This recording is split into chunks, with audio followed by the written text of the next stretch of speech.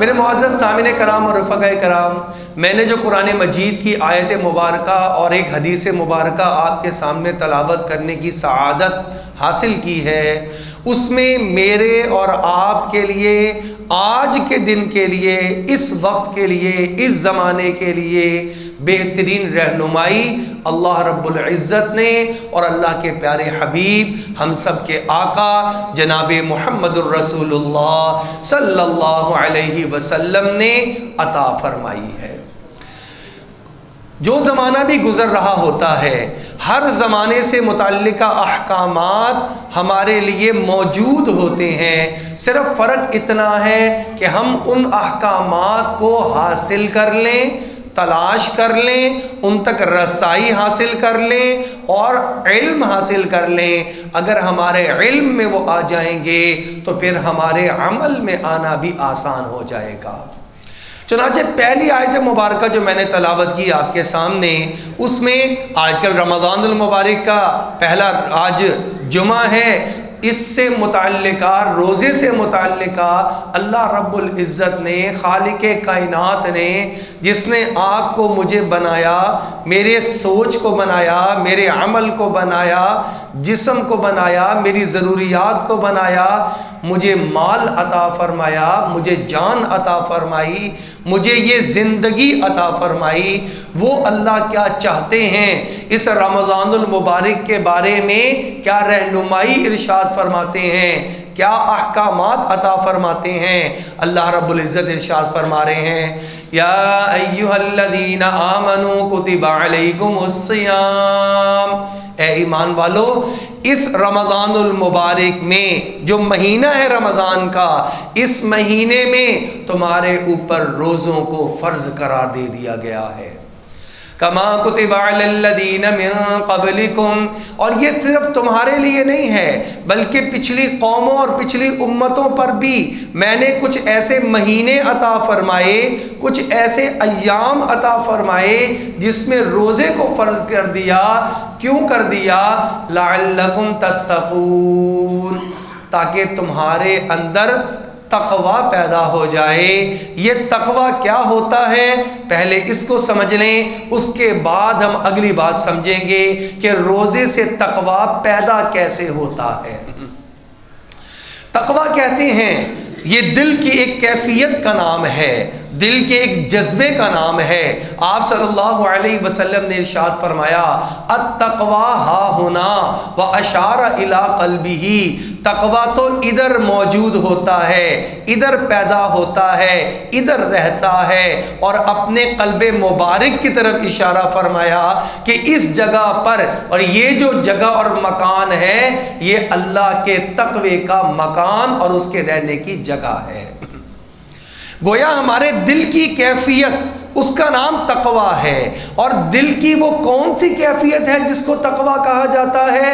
تو اور یہ کتنی اہم ہے، آپ ذرا غور کریں کہ قرآن کا آغاز ہوتا ہے تو اللہ رب العزت ارشاد فرماتے ہیں، الف لام میم ذالک الکتاب لا ریب فیہ ھدی للمتقین، یہ ایسی کتاب ہے کہ جس کے کسی مضمون میں، کسی اس کے حکم میں، اس کی کسی آیت میں، اس کے کسی زبر زیر میں شک اور شبے کی گنجائش نہیں ہے، اور یہ ہدایت کے لیے اترا ہے۔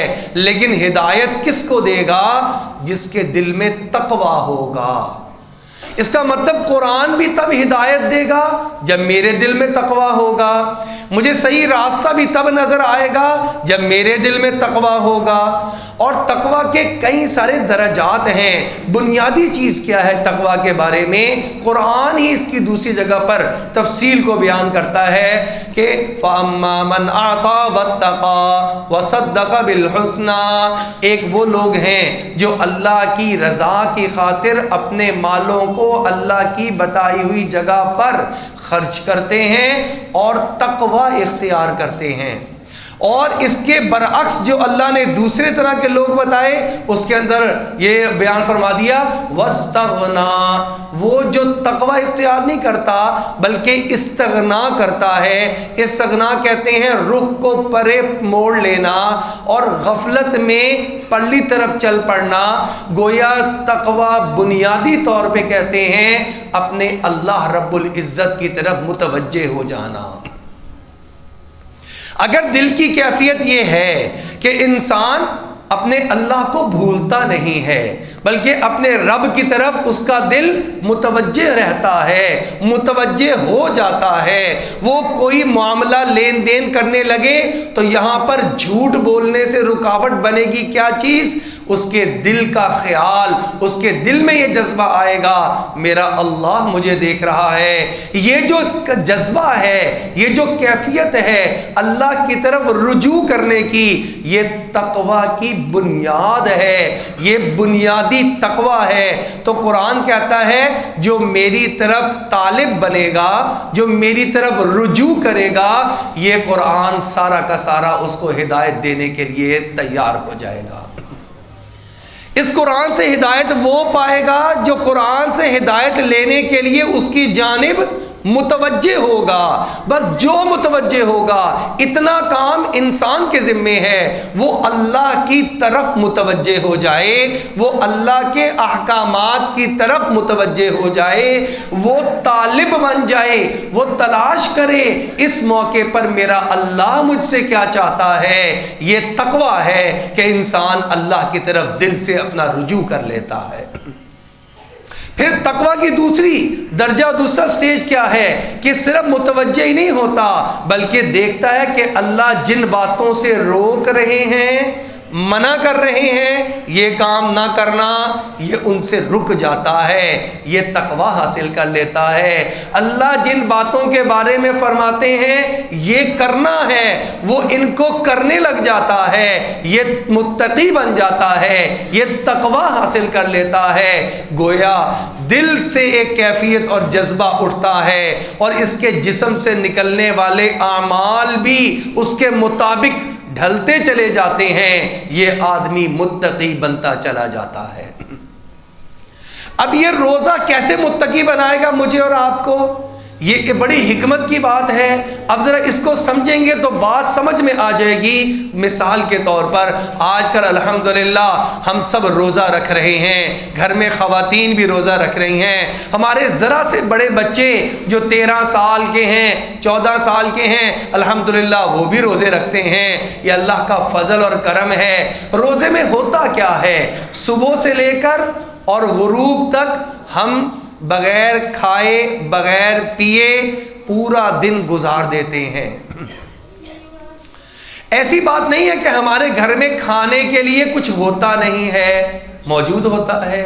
ایسا نہیں ہے کہ پانی موجود نہیں ہوتا، اور ایسا بھی نہیں کہ ہمیں دن میں پیاس نہیں لگتی یا بھوک نہیں لگتی۔ بھوک بھی محسوس ہوتی ہے، پیاس بھی محسوس ہوتی ہے، لیکن جس لمحے پیاس کا خیال ہمارے دل میں آتا ہے، عین اسی لمحے ہمیں یہ خیال بھی دل توجہ دلا دیتا ہے تیرا روزہ ہے۔ بس وہیں پہ وہ پیاس والی کیفیت ختم ہو جاتی ہے، وہ دب جاتی ہے۔ اگر کبھی بھوک کا خیال دل میں آئے تو دل فوراً ہی ساتھ ہی کہتا ہے ارے تیرا بھائی روزہ ہے۔ جیسے یہ دل میں خیال آتا ہے فوراً ہی بھوک کی کیفیت پرے چلی جاتی ہے، اور دل اس بات پہ بڑا پختہ ہوتا ہے، نہ کھانا ہے نہ پینا ہے، شام تک روزے میں ہے، افطار ہوگا، سامنے رکھا ہوگا، اس وقت میں اللہ کا نام لے کر اور دعا کر کے افطار کر لینا ہے۔ اور عجیب بات یہ ہے کہ افطاری سے 2 منٹ پہلے افطاری لگی ہو اور 2 منٹ رہ جائیں تو کوئی کہے کہ بھائی سارا دن روزہ رکھ لیا ہے، 2 منٹ کی بات ہے، 2 منٹ پہلے افطار کر لو۔ تو کیا ہم 2 منٹ پہلے بھی افطار کرنے کے لیے تیار ہوں گے؟ ہرگز نہیں ہوں گے۔ وہ کہے گا 2 منٹ کی بات ہے، کوئی بات نہیں، نہیں، اللہ کا حکم ہے، اور اللہ کے حکم کو میں نے پورا کرنا ہے۔ اللہ اکبر، یہ اتنا خوبصورت جذبہ ہے جو رمضان میں روزے کی شکل میں اور آپ سب اپنے دلوں میں رکھتے ہیں اور اللہ کو دکھاتے ہیں۔ یا اللہ، تیرے حکم کو پورا کرنے کے لیے 2 منٹ پہلے بھی روزہ افطار کرنا گوارا نہیں ہے۔ اللہ چاہتے ہیں اے میرے بندے، تو ساری زندگی ایسی کر لے، جب کوئی کام کرنے لگے سوچ میرے اللہ کا اس بارے میں کیا حکم ہے، پھر اس میں تو رخصت تلاش نہ کر، کوئی بات نہیں، یہ دینداری ہے، یہ دنیا داری ہے، دنیا داری بھی رکھنی پڑتی ہے۔ یہ نہ سوچ جیسے وہاں پہ تو یہ نہیں سوچتا کہ چلو دنیا داری ہے، لوگ سارے کہہ رہے ہیں 2 منٹ پہلے میں سب کے کہنے پر افطار کر لیتا ہوں۔ جب یہاں تو نہیں مان رہا تو تو متقی بن رہا ہے۔ کاش تو اپنی زندگی کے ہر فیصلے میں خوشی کا موقع آئے، غمی کا موقع آئے، تجارت کا موقع آئے، لین دین کا موقع آئے، تیرا کوئی بھی معاملہ، تیرے حقوق کی ادائیگی کا معاملہ آئے، تیرا بھائیوں کے ساتھ رہنا، تیرا اولاد کے ساتھ رہنا، جتنے حقوق ہیں تو ان سب میں دنیا داری نہ دیکھے، بلکہ یہ دیکھے میرا اللہ کا حکم کیا ہے، میں نے تو اللہ کے حکم کو پورا کرنا ہے۔ یہ روزہ میری آپ کی پریکٹس کروا رہا ہے۔ ہم میں سے کوئی الحمدللہ ایسا نہیں ہے کہ کوئی آدمی کہے اچھا یار تم نے روزہ رکھا ہے اور تمہیں بھوک لگی ہے اور دیکھو میں نے یہ بڑا زبردست کھانا تیار کیا، مٹن ہے، دیسی گھی میں ہے، تم دوپہر کو کھا لو پھر روزہ کر لینا۔ کوئی انسان اس بات پہ تیار نہیں ہوتا، بلکہ لڑائی کرتا ہے، خبردار دوبارہ یہ بات نہیں کرنی۔ کوئی آدمی کہے یار یہ 1000 روپیہ لے لو اور روزہ اپنا توڑ دو میری خاطر، ہم کہتے ہیں یہ بات نہیں کرنی۔ اس کا مطلب یہ ہے ایک دل کا جذبہ اس روزے کی برکت سے ایسا بن جاتا ہے، میں نے دنیا کی نہیں سننی، دنیا داری کی نہیں سننی، رسم و رواج کی نہیں سننی، میں نے اپنے اللہ کی سننی ہے۔ میرا اللہ جو مجھے کہے گا میں نے وہ پورا کرنا ہے۔ بس اللہ پورے رمضان میں یہ پریکٹس کروا کر انسان کو ایسی زندگی پہ لانا چاہتے ہیں، اگلی 11 مہینے کی زندگی بھی تو ایسی گزار کہ جو اللہ چاہیں گے میں بس وہ کروں گا، جس سے اللہ منع کر دیں گے میں اس کو اپنی زندگی سے باہر نکال دوں گا۔ یہ ہے تقویٰ اور یہ روزہ پیدا کرتا ہے۔ اب ذرا اور آگے چلیں، یہ روزہ کیسی چیز ہے؟ یہ معمولی چیز نہیں ہے، یہ اسلام کا ایک رکن ہے، یہ اسلام کا ایک رکن ہے۔ یہ نہیں ہے چلو آج رکھ لیا کل چھوڑ دوں گا، 2 دن رکھ لیتا ہوں تیسرا چھوڑ دوں گا، یہ اختیار آپ کو کسی نے نہیں عطا کیا ہے۔ یہ اسلام کا رکن ہے۔ بنی الاسلام علی 5، اسلام کی بنیاد، اس کی عمارت، اس کا مکان 5 ستونوں پر قائم ہے۔ اقام الصلاۃ، جن میں سے ایک تو سب سے پہلے کلمہ طیبہ ہے، لا الہ الا اللہ محمد الرسول اللہ، اس سے تو بنیادی ستون تو یہ ہے۔ پھر اس کے چاروں کونے ہیں، فرمایا اقام الصلاۃ، نماز کا قائم کرنا، ایتاء الزکاۃ، صاحب نصاب آدمی کا زکوٰۃ ادا کرنا، و صوم رمضان، رمضان المبارک کے روزے رکھنا، رمضان المبارک کے روزے رکھنا، یہ اسلام کا رکن ہے۔ لہٰذا اس کی اتنی اہمیت ہے، اپنے گھروں میں اس کی اتنی اہمیت بیان کرنی چاہیے۔ پورے گھر میں کوئی ایسا ایک شخص بھی نہ ہو جو کہ نماز نہ پڑھتا ہو، اور کوئی ایک شخص بھی ایسا نہ ہو جو اس رمضان المبارک میں روزے نہ رکھتا ہو۔ یہ ماحول ہمیں خود بنانا ہوگا۔ اللہ نے وہ مہینہ عطا کر کے توفیق عطا فرما دی، اگلی ہمت ہمیں کرنی ہوگی۔ اور آپ یہ دیکھیں اللہ کے پیارے نبی علیہ الصلوۃ والسلام، بخاری شریف کی روایت، مسلم شریف کی روایت، فرمایا من صام ایمانا واحتسابا غفر له ما تقدم من ذنبی، جو آدمی اللہ پر ایمان رکھتے ہوئے اور روزے کے اجر اور ثواب کو اپنی نیت میں رکھتے ہوئے رمضان کے روزے رکھے گا، اللہ اس کے پچھلے تمام گناہوں کو معاف فرما دیں گے۔ یعنی یہ توبہ کا ذریعہ ہے، یہ اللہ کے سامنے عاجزی، انکساری، اللہ کے سامنے جھک جانا ہے۔ اللہ کہتے ہیں جا، میں نے پچھلے تیرے چھوٹے جتنے گناہ ہیں سارے معاف فرما دیے، بڑے گناہوں کو چھوڑنے کی نیت کر، توبہ کر، میں اللہ رب العزت پچھلے کیے ہوئے بڑے گناہوں کو بھی معاف فرما دوں گا۔ یہ پاک کرنے کے لیے آیا ہے مہینہ، اللہ ہمیں اس میں پاک ہونے کی توفیق عطا فرما دے۔ آپ وہ مشہور معروف حدیث مبارکہ، آپ صلی اللہ علیہ وسلم تشریف لائے، ممبر پر ایک قدم رکھا، ارشاد فرمایا آمین، دوسرا ممبر پہ سیڑھی پہ قدم رکھا، پھر ارشاد فرمایا آمین، تیسری پہ قدم رکھا اور بیٹھ گئے، فرمایا آمین۔ صحابہ نے عرض کیا یا رسول اللہ صلی اللہ علیہ وسلم، آج ایک ایسا عمل آپ نے فرمایا پہلے اس کی عادت مبارکہ نہیں رہی ہے، کیا خاص بات؟ ارشاد فرمایا ہاں، آج جب میں آیا تو ممبر پہ قدم رکھا، جبریل امین موجود تھے، انہوں نے 3 دعائیں بشکل بددعا دی ہیں اور میں محمد الرسول اللہ نے اس پہ آمین کہہ دیا ہے۔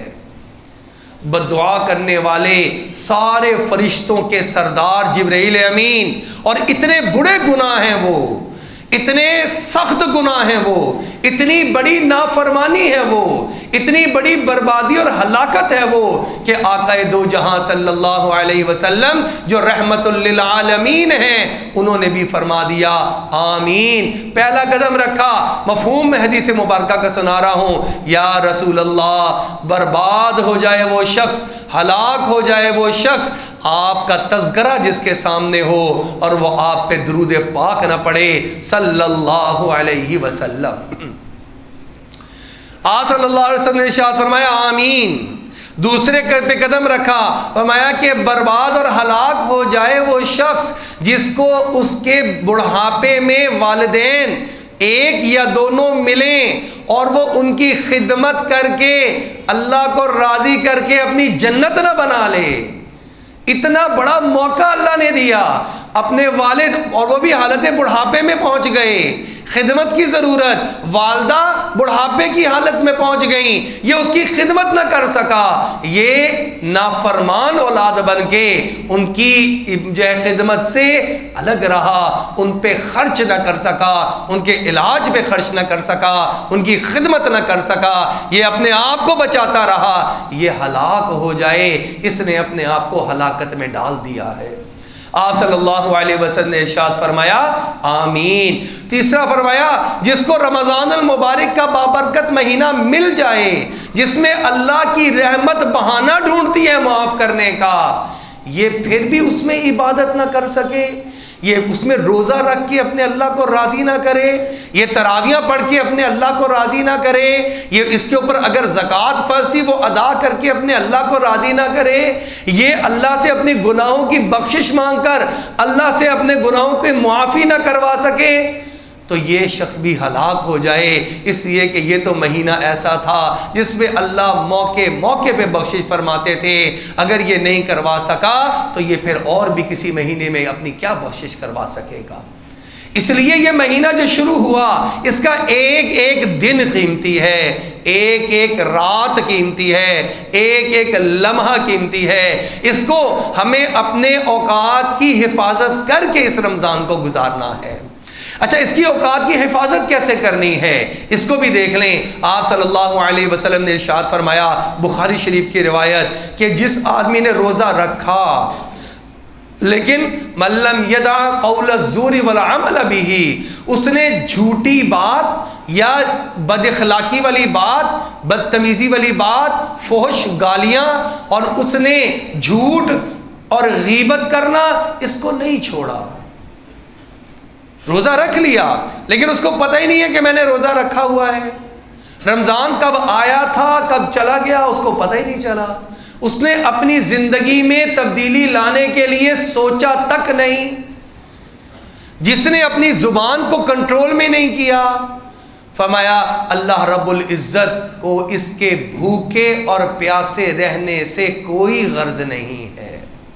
اللہ اکبر، اس کا معنی نکالیں، یعنی یہ صرف بھوکا اور پیاسا رہ رہا ہے، یہ پوری طرح اس روزے کے اجر اور ثواب اور اس کے فوائد اور اس کے ثمرات اور برکات اس کو حاصل نہیں کر رہا. تو یہ ہے روزے کی حفاظت. کیا حفاظت ہے؟ کہ ہم طے کر لیں ہم اپنی زبان سے کبھی جھوٹ نہیں نکالیں گے, زبان سے غیبت نہیں کریں گے, زبان سے کسی کو گالی نہیں نکالیں گے, زبان سے کسی کو دھوکہ نہیں دیں گے, بلکہ رمضان المبارک میں ہم اس بات کی عادت ڈالیں گے, پریکٹس کریں گے کہ میری زبان میرے کنٹرول میں آ جائے. ایک اور دوسری حدیث مبارکہ, وہ بھی امام بخاری امام مسلم دونوں نے روایت کی ہے. آپ صلی اللہ علیہ وسلم نے ارشاد فرمایا, جو شخص روزہ رکھے اسے چاہیے کہ جھگڑا کرنے والے سے جھگڑا نہ کرے.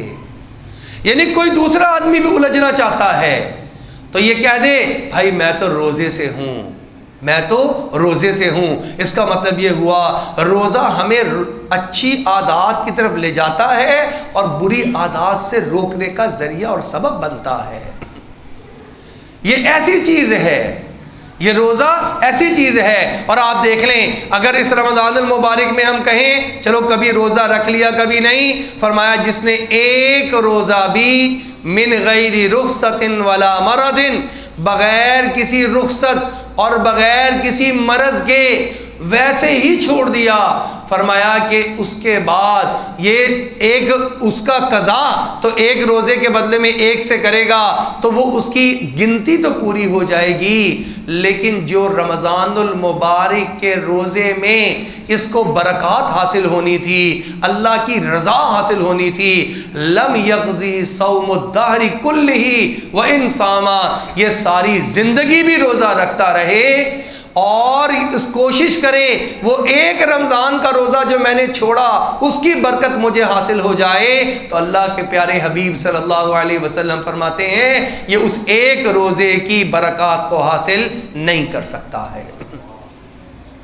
کتنی اہمیت والی چیز ہے یہ روزہ, کتنی اہم عبادت ہے یہ روزہ, اور اللہ کو کس قدر پسند ہے یہ روزہ.